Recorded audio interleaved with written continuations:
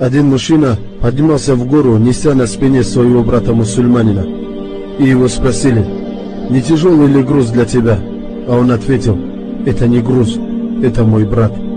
Хасан аль-Басри, ради Аллаху анху, сказал: «Братство ради Аллаха подобно глазу с рукой. Когда глаз плачет, рука протирает слезы, а когда болит рука, глаз плачет». Поддерживайте связь со своими друзьями. Воистину, верный друг — это лампа, которая сияет. Ты видишь ее свет, когда постигнут тебя горе и беда. О Аллах, дай нам быть братьями, которые любят друг друга искренне ради Тебя. Аллахума амин. سلطان جانم. سلامتی کسایی که رفیقاشونو به کم نفروختن. واسه اینکه خیلی با ارزشن.